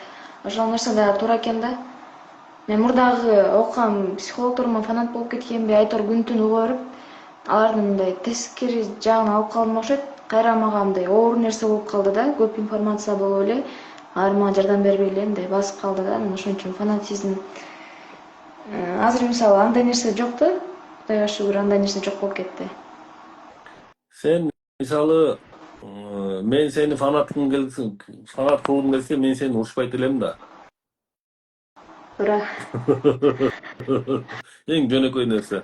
Мен эчким урушкан эмес да, мындай. Урушкан эми антип мурдагы психологдор урушпай, тескерисинче алар жакшы мамиле кылып, ушинтип көңүлүңө карап, ушундай мамиле кылат го. Анан сизге дароо эле урушуп бергенсиз да. Мен айтып атпайм, кааласаң кел, каалабасаң келбе деп атпайм. Эми Кудай сактасын, бул кыйын сунуу эмес эми бул. Кыйын сунуу эмес, Кудай сактасын. Түшүндүң? Анан кээ бирлер бар, келип алып туруп, сен мындай кылышың керек, анан сен бизди мындай кылыш керек деп кайра адамга команда берип баштагандар бар да. Анан айтам да, мени кечирип коюңуз. Сизди угайм да, мени угуңуз дейм да. Былтыр Оштон бир байкалар келип калды. Анан биз неме менен дарылайсыз дейт. Мен жанамын да, медитация кылып эме алам десем, мен аны үйрөнгөм баланчадан дейт. Дагы эмне кыласыз дейт. Мен мен мондай гимнастикалардан эметем десем, мен аттан айтпай эле, мен аны баланчадан үйрөнгөм дейт да. Анан айттым, аксакал, эмнеге келдиң дедим ана. Эмнеге келдиңиз? Үйрөтүп турбайсызбы, эмнеге келдиңиз дедим. Түшүндү? Ошон үчүн адам биле берет, ал ыйрымда билгениңче. Ошон үчүн айтылат. 10 тонна китеп окугандан көрөк дейт. 1 грамм практика артык дейт. Түшүндүңбү? 1 грамм практика. Эгер 10 тонна китептин жүгүн 1 грамм практика басып коет. Түшүндү? 10 тонна китепти 1 грамм практика басып коет. Ошол 1 грамм практика 10 тонна китептин түшүнүгүн берип коет. Түшүнүп алдыңбы? Ошон үчүн сен азыр жашсың. Практиканы да кыл, илим да кыл, билим да кыл, китепти да окушуң керек. Анан кийин ал кайсы деңгээлде жазылганын билип каласың китептердичи. Сиз айтып каласыз го, ой менен жазылган китептер адамды эми өткөн чакка же учур чакка, жок эми келер чакка кетире берет, аларды окуш керек деп. Ой менен жазылган мисалы мындай. Азыр көпчүлүгү астрологияны нагатка жакта окуп алышты. Сен дейт, баланчасың дейт, сен левсиң дейт. Сен овенсиң, сен кой жылдызсың, сен мондай болосуң, сен мондай болосуң дейт. Түшүндүңбү? Мүмкүн андай эместир. Андай эместир мүмкүн. Түшүндүңбү? Бул жерден подача туура болуш керек, подача. Түшүндүңбү? Илимге, билимге болгон подача туура болгондо адам без фанатизм болот. Мен азыр сени келип алып келе, сен мынча экенсиң, сен мындайсың, анан сен тигиндейсиң, сен эзилген адам экенсиң, анан мындай экенсиң деп баштасам, бул вообще туура эмес бул. Ошол сыяктуу ой менен жазылган, мисалы. Ой менен жазылган эмелер бар. Ар бир адамдын өзүнүн ою аралашат. Түшүндүң? А ой менен аралашпаган нерселер, мисалы, могу Чубак Ажекенин мен бир жерин сыйлайм. Бул өтө илимдүү киши болгон. Бул айтат. Баланча китепте мындай деп жазылган. Тигинче китепте мондай деп жазылган. Баланча маскапта мондай деп жазылган, түкүнчө маскапта мондай деп жазылган. Угасыңбы? Угуп атам. Баланча аалым Ал-Газали мындай деп айткан, Имам Шафий мындай деп айткан. Эми экөөнүн салыштырып келип туруп, мына мындай. Эми ошондо бул мындай экөө эле окшош эле нерсе. Биздин маскап могуну карманат деп туруп көрдүңбү бул жерде. Кээ бирлер жок, мондай кылышың керек, болбойт. Астагфируллах, сен күнөөгө батасың. Сен болду, сен сага талак берди, болду, сен башка күйөөгө тийишиң керек, анан ажырашып кайра келишиң керек. Түшүндүңбү? Могу жерден шарт кесип атат бул жерденчи. Бул жерден баланчада мондай айтылган, бул объективный көз карашта сүйлөп атат, түшүндүңбү? Объектив менен. Куранда мондай деп айтылган, хадисте мондай деп айтылган. Бул жакта мондай деп айтылган. Деп туруп анан мындай элге ачык алып чыкканда, ошон үчүн мына Чубак Ажекеевдин эмеси авторитети чоң болгон. Кадыр Көрдүңбү? Бакытов. Мына объектив менен сүйлөп атат.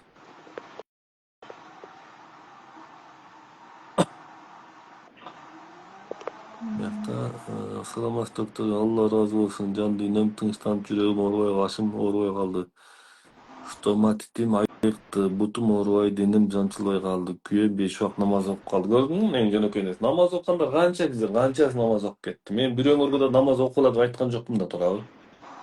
Туура. Анткени мен силердин дин эркиндигиңерди сыйлайм. Бирок көп адам намаз кыйып кетти, без фанатизм менен. Мына бuyактан бирөө жазып атат, мисалычы.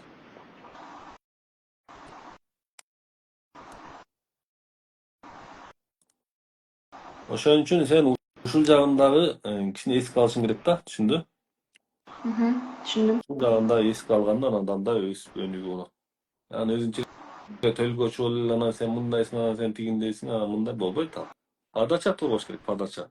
Подача туура болуш үчүн адамга түшүнүк келиш керек. Подача туура болуш үчүн адамга түшүнүк келиш керек. Түшүнүк келген адам бир нерсени мындай эме кыла алат. Ошо андай сүйлөтпөйсүзбү, түшүнүк келет деп, ошо түшүнүк келгенди эле байкап алат экенсиң да. Мурда күтүп, окуп алып качан болот деп жүргөн болсок, сизди окуганда мындай ойлобогон, күтпөгөн эле жерден ушундай нерсе келип калып атты да. Мен мурда адамдарды аябай мындай сындап карачу экенмин да. Бул мындай тигиндей деп бөлүп, анан ошол түшүнүк келгенден кийин мындай өзүнөн өзү эле жок болуп кетти да. Ошол мурдагы иштеп кеткен кандай десем, реакциям азыр мурдагыдай иштебей калды да. Мен мисалы адамдарды бул мындай, бул тигиндей деп бөлгөнүн көрдүң беле? Жок. Кудай сактасын. Бул мен мисалы бирөөнү бейнамаз, могу намаз окуйт, бул намаз окуйт, бул мындай, бул тигиндей, бул ыймансыз деп бөлгөнгө акым жок. Эмнеге дегенде, биз ошол ыймансыз деп аткан адам Кудайдын бир чоң сыноосунда ошол жакшы Алла Тааланын жолунда кайтып аткан адам болушу мүмкүн. Мен алкаш ичип атат деген адам ошол Кудайдын аябай чоң сыноосунан өтүп, эртеңки кийинки шагы ал аябай Кудайга жаккан бир аалым олий болуп кетиши мүмкүн. Түшүндү? Бизде эмне кылат? Ыймансыз, мындай тигиндей жылаңачтанып жүрөт, мындай тигиндей деп только баа беребиз. Бул баа берген бул ичиндеги эго эле, арамдыгың эле. Биз бирөөгө баа берип, бирөө ыймансыз экенин биз каяктан билебиз? Аллага белгилүү нерсе алчы. Биз ушул жерден көпчүлүк жерде мындай тигиндей деп атып туруп эле болду же, кашалык чыгып атат. Бул деген уже түшүнүк келбегенде, адамга түшүнүк келбегенде тияктан окуп алып, бияктан окуп алып туруп анан подача болуп эмес нерсе.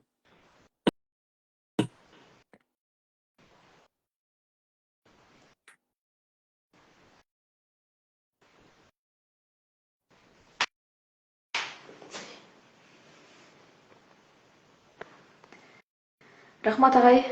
Сизге чоң рахмат.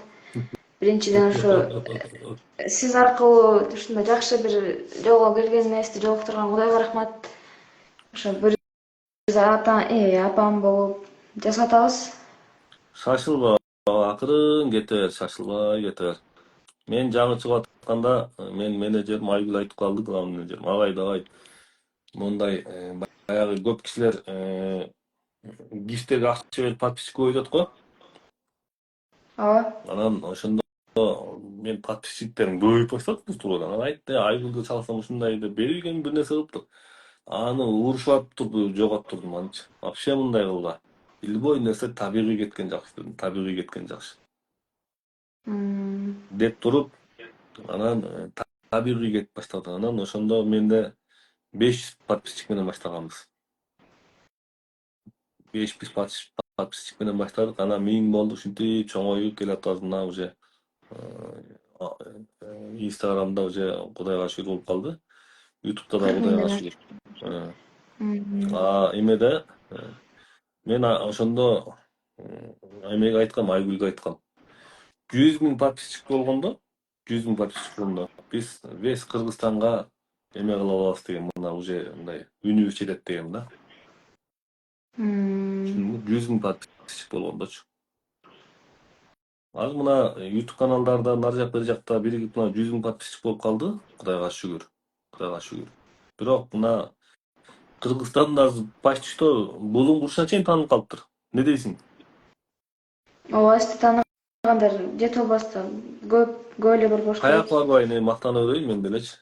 Көрдүңбү? Ар бир иш естественно кеткен жакшы, табигый кеткен жакшы болот. Могу жанагы личный брендке иштейин дегендер адамды личный бренд кылып койуш оңой эле. Кеше бир кыз келген экен. Мен аттарын айтпайм, мен бирөө деп кое берем, боло берет бул психологияда. Бирок мага ашмат келиптир, анан ташмат келиптир, баланча келиптир десем, бул туура эмес. Биз менен 2 саат сүйлөштү. Түшүнүк совсем өзгөрүп кетти. Личный разбордо. Ооба. 2 саат совсем башка, бүгүн совсем башкамын дейт. Көрсө, энергиямдын баарын мен жетирип жүрө турмун дейт. Энергиямдын баарын жетирип жүрө турмун дейт да. Түшүндүң?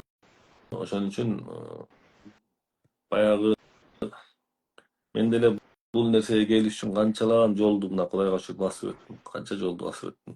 Анан акырындык менен келдик да бuyakачы. Ушундай жактар бар да. Ошон үчүн ошол сен терең изилде психолог болгуң келсе шашылба. Мисалы азыр бирөөлөр чыгып атат. Аял деген жөнөкөй болуш керек. Анан аял жөнөкөй болгондон анан эркек киши өсөт деп атат мисалы. Эркек аял кишиди эркегиңди каякта жүргөнүн суроо деп атат мисалы, туурабы? Көпчүлүктөр. Эркек энергиясын алып коесуң деп атат кээ бирлеричи. Болбойт бул, болбогон нерсе, бул окуалуу айтып атат. Мен сага ушул айтып берейинби? Мен мисалы аялым мисалы да бул эми. Мен каякта жүрөсүң, жакшы жүрөсүңбү, эмне үйгө келбей атасың деп ошол аябай мени текшеришин каалап аткандырмын мен мисалы. Кээ бир эркектер ошол нерсени аябай күтөт. Туура эмеспи? Туура. Кээ бир эркектер менин аялым неге чалбайт? Элдин аялдары чалат, менин аялым чалып деле койбойт деп нааразы болуп жүргөндөр канча мисалы. Анан ошондо эмне кандай болуп калат мисалычы? Анда ар ким кандай эме. Бул жерде точканы окуп атпайбы мисалы, точканы коюп эле. Мына моундай болуп атат, анан эркек кишини аял киши урметтеш керек, кызганбаш керек. Анан жөн кылып койсо, анан эркек киши келип тутат. Мүмкүн эркек киши ошо каякта жүрөсүң, жакшы жүрөсүң гана, ким менен жүрөсүң дегенде ошол эркек кишинин ошону каалап аткандыр. Менде деле ошондой болгон убагындачы. Бул иерархия деген түшүнүк бар да. Адамдын өзү иерархиясы бар, эмоционалдык өзү иерархия бар. Алар билиш керек да адамчы. Кээ бир аялдар бар мисалы, кээ бир аялдар бар. Күйөөсү аябай каякта жүрөсүң, жакшы жүрөсүң деп кызганып текшерип турушун каалайт. Ошондо өздөрүнүн аялы сезип мындай көңүл ток болот. Түшүндүңбү? Ага Бул күйөөсү кызгангандар андай мындай, анан күйөөсүн каякта жүрөсүң деп күйөөсү сурап андай мындайлар текшергендер. А биздер анан мындай анан тигине деп точка коюп коет. Андай эмес да. Кээ бир аялдар ошону жакшы көрөт. Беш кол тең эмес да. Ооба, Түшүндүңбү? түшүндүм. Ошон үчүн Ооба. ушул жерден көпчүлүгү аял деген моундай болуш керек, эркек деген моундай болуш керек. Андай болбойт эч убакта. Адам бул дүйнө деген кубулма дүйнө, өзгөрүлмө дүйнө. Сен убагында жанагы жакшы психологдордон билим алыпсың, мейли, алардан билим ал. Убагында аларды сен көп нерсени үйрөндүң. Мисалы сен кээ бир адамдар менен сүйлөшкөндө ошолорду туура деп ойломосуң убагында, туурабы? Ооба. Эми бир канча жыл өткөндөн кийин алар жөн эле этап болуп калды, алар туура эмес болуп калды, биздики туура болуп калды. Туура, ооба, ошондой болуп калды. Түшүндүңбү? Эми бир канча жыл өткөндөн кийин илим өсүп өнүксө, биздики да туура эмес болуп калышы мүмкүн. Мен эгер мындай анча мынча жаңылган жерлерим болсо. Билбейм, бирок биздики мындай практика менен кетет экен да. Ошол нерселерди жашоодо, чын жашоодон аябай көп пример кыласыз го, мисалдарды келтиресиз го. Анан ошол нерселер мындай туура болот да. Ошол да. Жаш кезинде күйөөң аябай урушуп, каякта жүрөсүң деп койсо, ошону аябай туура эмес деп атсаң, кийин бир канча жыл өткөндөн кийин, ошол күйөөм туура эле кылган турбайбы деп кийин бир 5-10 жылдан кийин ошол ой өзгөрүп кетет автоматтык түрдө, мисалы. Көрсөм мени байкуш күйөөм кызганып, тияка барба, бияка барба деп мени көп мындай жаман нерселерден, туура эмес баягы секта мектага кирип кетесиң деп мени туура көрсө мынтикен турбайбы деп, туурабы? Туура. Көрдүңбү? Мына бир ошон үчүн деген андай болбойт деп туруп мондай точканы коюп коюп атабыз. Бул страшный нерсе бул дегенчи. Аялдарды арылаш эме тынасың. Кээ бир эркектер мындай деп атат, мисалычы. Кээ бир эркектер мындай анан слабый эркектер деп атат. Мүмкүн ошол эркектер аябай мына күчтүү аялды каалайт, биз каяктан билебиз? Каяктан билебиз? Кээ бир эркектер ошондой аялдарды каалайт. Ар кимдики ар кандай да. Ооба. Кээ бир эркектер ошондой аялдарды каалайт. Дерзкий аялды каалайт, дерзкий. Бирок ошол убакта өзүн мындай эрин мындай урматтап сыйлап турат. Бирок ошол убакта эле баягы мындай давай моуну кылалы деп бизнес идеяларды айтып, анан жолдошунун артынан түртүп турган эркектер, кээ бир аялдарды кээ бир эркектер көбү каалайт. Түшүндү? Биз ошондой аялдарды көпчүлүгү кичине эки жактан китеп окуп алып туруп эле, сен аябай эле эгоң чоңоюп кетиптир, акылың чоңоюп кетиптир, сен эркекти басып тиштеп атасың деп атат. Ал туура эмес ал деген. Түшүнүп алдыңбы?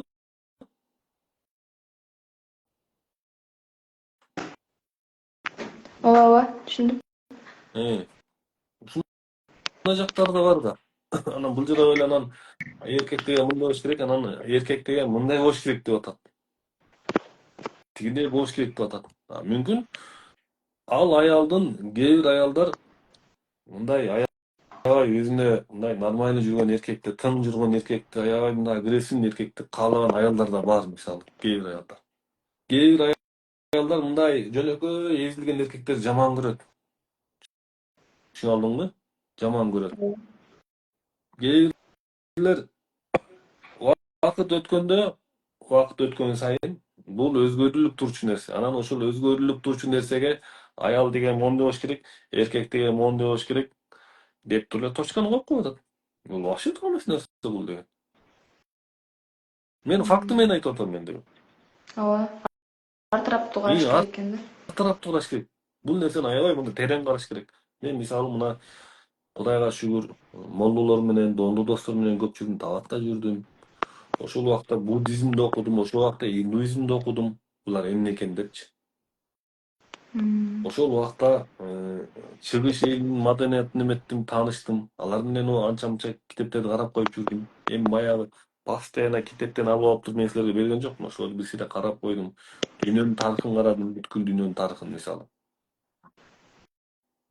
1,5 жылда, 2 жылда кыргыздар кандай жашаган, үрп адаты кандай болгон, Украина эли кандай болгон, славян эли, качан пайда болгон, мисалы, араб эли кандай болгон, Тибет эли кандай болгон, ошол убакта эмелер кандай болгон, мисалы, Индия кандай болгон.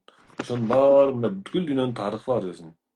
Ошону мындай караганда эле анан адам ошондо мында бияга кеңейет да.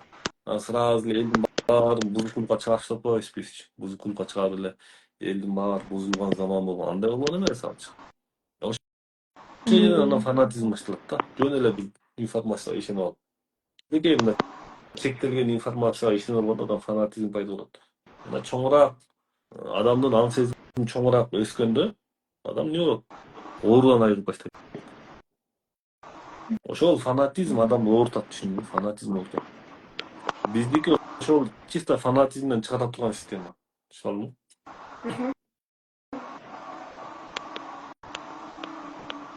Давай карындашым, сен экинчи курста алдың беле? Жок, мен ошо экинчи курста окуй элекмин. Давай сага менден экинчи курс подарок. Рахмат агай. Студент экенсиң. Могу эртең эметип кой. Атың ким?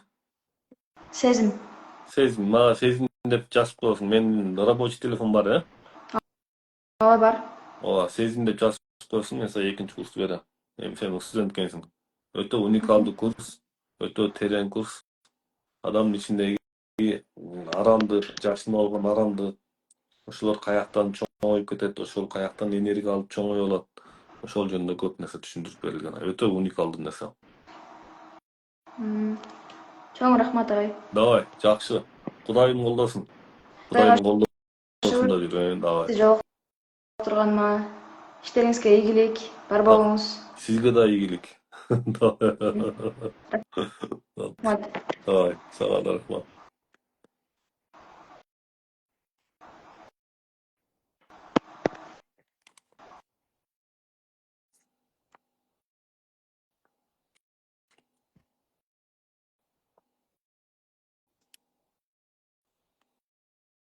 Кандайсыңар анан? Комментарий жасабыз. Түшүндүңөрбү? Жактыбы? Плюс белгисин басабыз, жаккандар.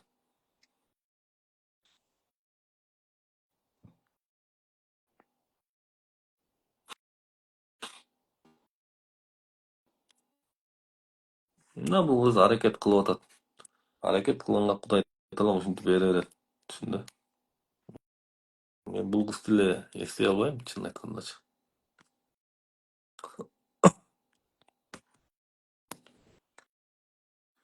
Ошол, урматтуу катышуучулар, саат 3 болуп калыптыр. Мен эфирге канча 1:30 кирдимби?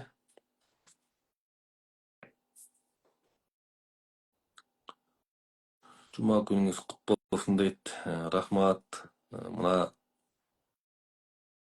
эме майрам, Нооруз майрам. Баарыңыздарды Нооруз майрамыңыздар менен куттуктайм. Бар болуңуздар. Аман болуңуздар. Эфирди сактап кое берейин,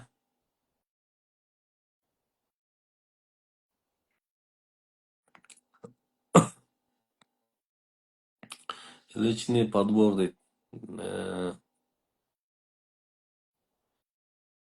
Агай мен дальнобойщикмин дейт. Окусаңыз болот. Селфи түрдө окуңуз.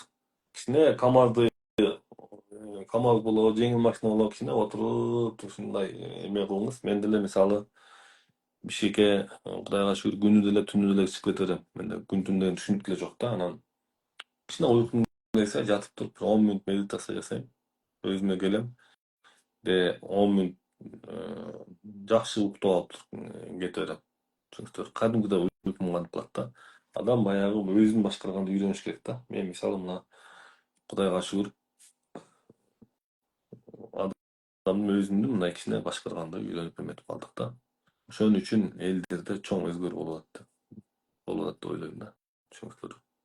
А сен өзүңдө болбосо элге эмнени бересиң? Ушунча адам өзгөрбөйт да мисалычы. Түшүнүктөр. Ошон үчүн мына бул жерде мен көп жыл жүрдүм бул боюнча ачык эле айтайын. Мына бияктан уурдай калып, анан мындай болуш керек, анан тигиндей болуш керек дегенден Кудай сактасын.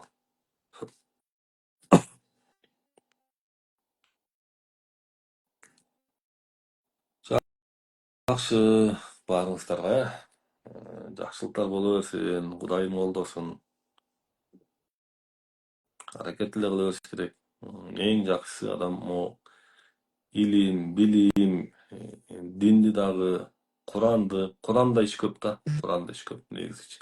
Бирок фанат болбош керек. Эртең менен эрте туруп деле Куран окуп койсоңор стресске түшүп атасың. Депрессияга түшүп атасың. Эртең менен эрте туруп бир жарым саат Куран окуп кой. Жанагы ихласты, кул холокоттарды кайталап, аят алып курсун кайталап, ошоду кайталап деле ишке бир басып келчи. 10 күн басып койчу. Ошондо деле чыгып кетесиң. Эмеденчи, түшүнүңүздөрбү? Ошондо деле кетпей калат. Былтыр февралдан 2-курстамын, 3-курска окусам болобу дейт. Окуй бериңиз. 3-курска уже Ороз айында арзандатуу болуп атат. Окуй бериңиз. Ошол, урматтуу катышчылар, колдон келген эмени кылып атабыз. Колдон келген аракетти кылып атабыз. Сизге ыраазычылык агай, өзгөлөр өтө сонун дейт. Ким болду экен?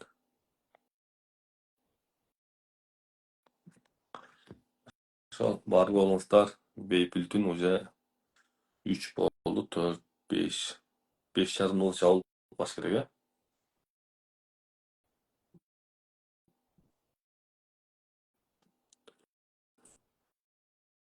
Уктула, уйку келсе. Медитация жасап уйку келип атат дейсиз. Уйкуңуз келсе мен дагы эстебейдим.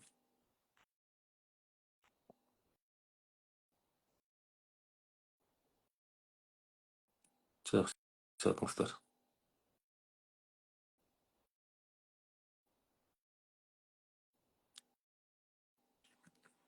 Эфирди сактайын, э?